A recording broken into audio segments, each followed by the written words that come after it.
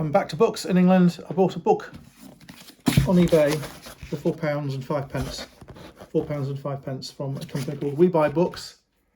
That price includes postage, so obviously I'm delighted. I tried to buy a nice example of this book. In other words, try to buy one with some linen, which I like very much. It almost immediately means it's going to be of a certain age and quality. And I noticed the printer is PHAIDON. They are a fantastic publisher of art books. And now I don't know who this person is, BERENSON, but he did write a number of books, I've noticed. And it came in a lovingly packaged piece of clear plastic, which I've thrown away because I wanted to have a look at this. And the owner of this book has very carefully used brown paper to protect the linen and protect the dust jacket, so it's in mint condition other than some staining, which is unfortunate. I think it's a lovely book. I'm going to go through the book and just pick out what I understand. And I'm expecting I'm going to learn that I don't know a lot about art. This is the effect of reading these books. The effect of reading these books is that you learn that you don't know anything. And I don't mind admitting it. So we'll start. It's got 400 illustrations. They're not very good illustrations.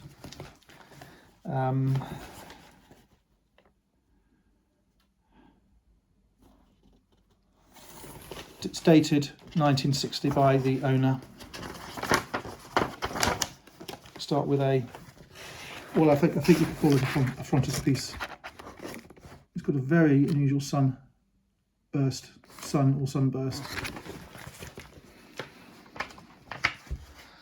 Pisanello, Madonna and Child with Two Saints, National Gallery, London.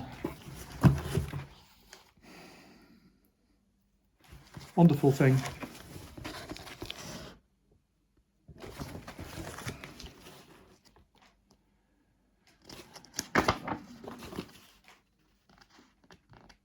So it was published in 1952, and this was a fifth impression in 1959, so it sold well.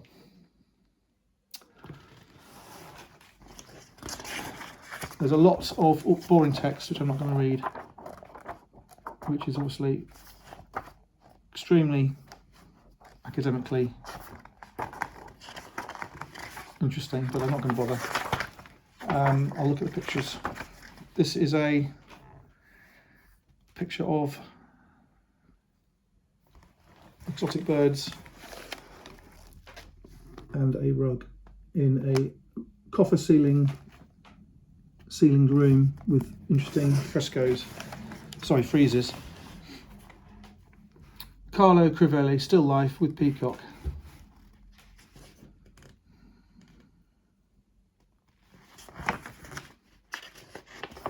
It's not giving me any help with dates. I would guess that's 1600. And this is a Nalletti style rug, probably a predecessor of Nalletti. I'm just guessing. I don't know how old Carlo Crivelli was. This one is Giorgione, The Trial of Moses.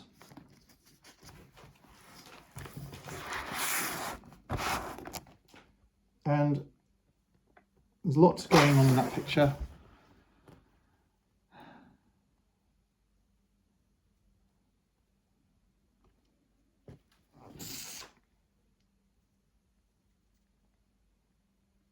I'm looking at the trousers on this person. They have these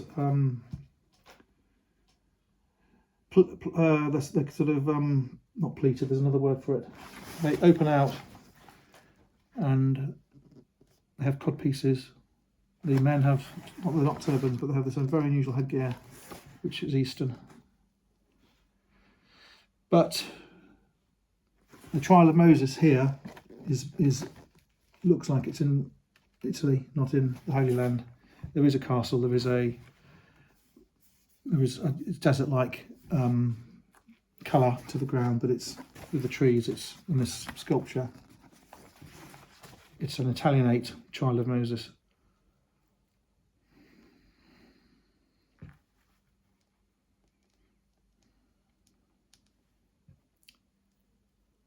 and I can't see any particular allusions to the Holy Land, really.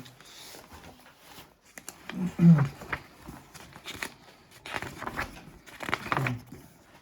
Titian, l'homme au gant, man with the glove, I think it means. So that's Tiziano Valetti or Viccellio from Venice.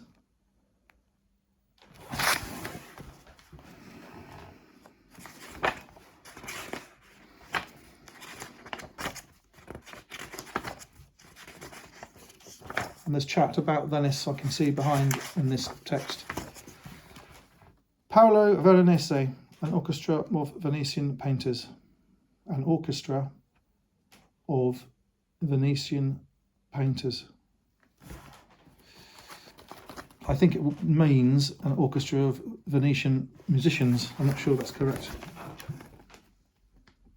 I might be wrong. Lovely colour.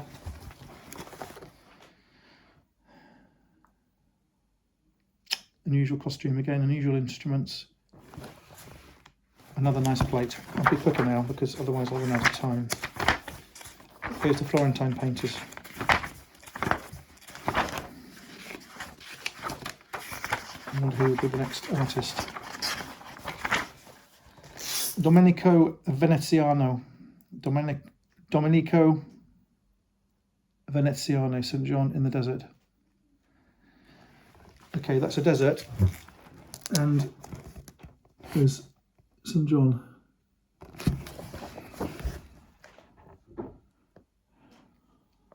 I don't know which St. John it is. Is it St. John the Baptist? I don't know. Is this the wilderness? Is this when he was wearing animal skins when he was hungry? I don't know. Enough about the Bible. Antonio Palaiolo. Sorry, Antonio Palaiolo, Portrait of a Man.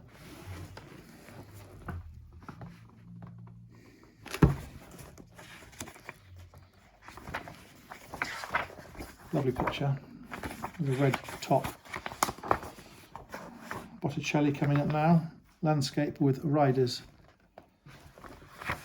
In English, you don't say horse riders. You're meant to say riders only when you're talking about horse riding. So that's interesting. Landscape with riders. Don't know, they're looking at something, I'm not sure what they're looking at. So they're lovely pictures. Michelangelo, the Holy Family, detail from the painting in the Uffizi, Florence. Uffizi is the gallery where a lot of his stuff is shown. This has got a shaped top, like so many do in that time in Italy. The Holy Family. So you've got Joseph, an unusual looking Mary, and a quite chubby infant child, sorry, a baby Jesus, with wonderful cloth. Mary's got red and a blue cloak, and the Holy Family fills the frame. Often with Holy Family pictures they don't fill the frame. There's gaps around the side. Central Italian painters. Sassetta, St. Francis' betrothal with My Lady of Poverty. I don't know what that means. That picture, it's got a beautiful shape. I think it's called a trefoil top, I might be wrong. There are three women here, there are three women there, I don't know what's going on. She's got olive leaves. There is a monk. There is St. Francis. Fabulous thing. And I would guess it's 1450. I guess.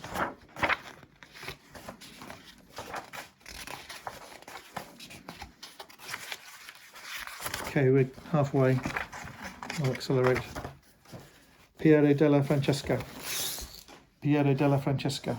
Madonna, detail from the Nativity, National Gallery, London. Okay, so what have we got? That's the mother of Jesus.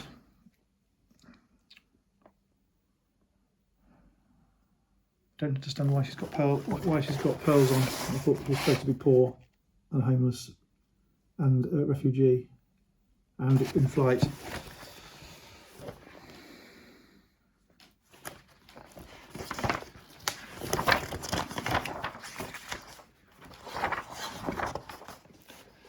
Pietro Perugino, Apollo and Marsyas.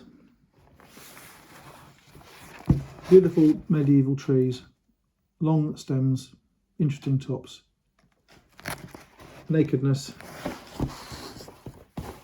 very unusual birds, grouse or pheasants, all sort of game birds.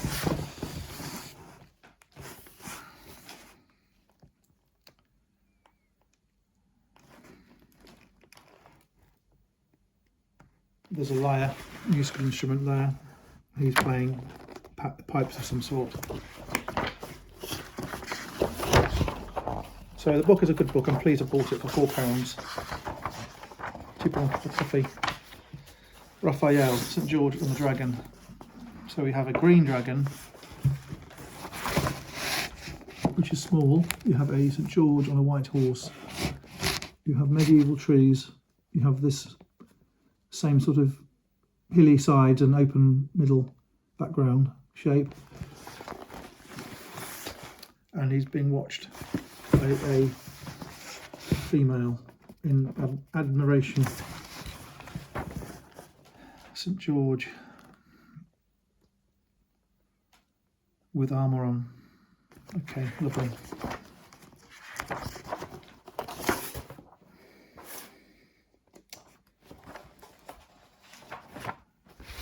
This one, Andrea Mantegna, landscape. So it's a remarkable fortress in a strange topography.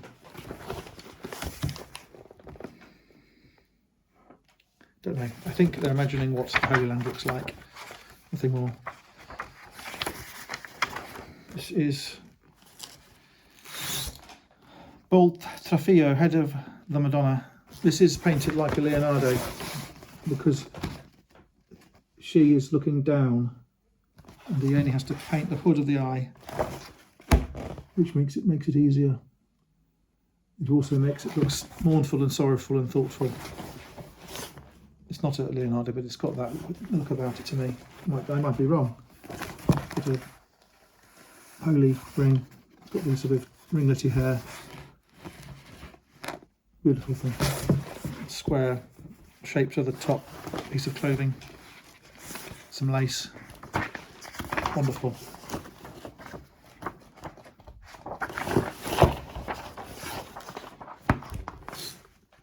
Dosso Dossi landscape. So you have quite medieval looking trees and exotic beasts and bird. Dog, deer and stork and owl. Don't know what it's about, that picture.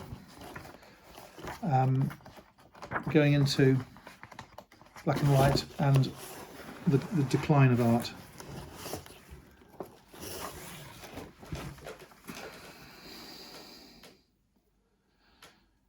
Gentile Bellini, Vittore Carpaccio, Giovanni Bellini, Bartolomeo Montagna, Cima da Conegliano. It's a good book. There's a lot on the market in England. Some of them are £20, some of them are 6 or 7. I got this one. I was pleased.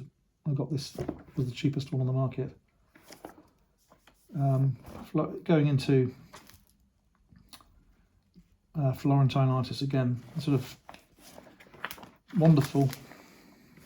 Well, Flor Angelico. That vegetation is incredible. You would not believe that's from Flor Angelico. You would think that was Salvador Dali or Hockney. San Marco Museum, Florence. St George and the Dragon again.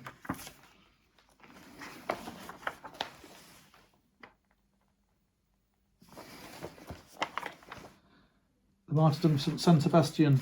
This is unusual because he's not under a tree or tied to a tree, he's tied to a post. And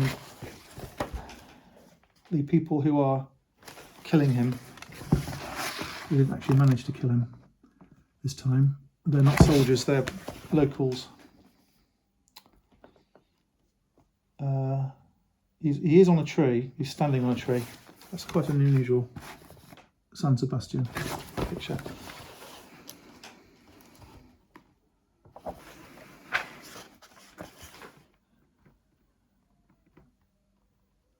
Leonardo.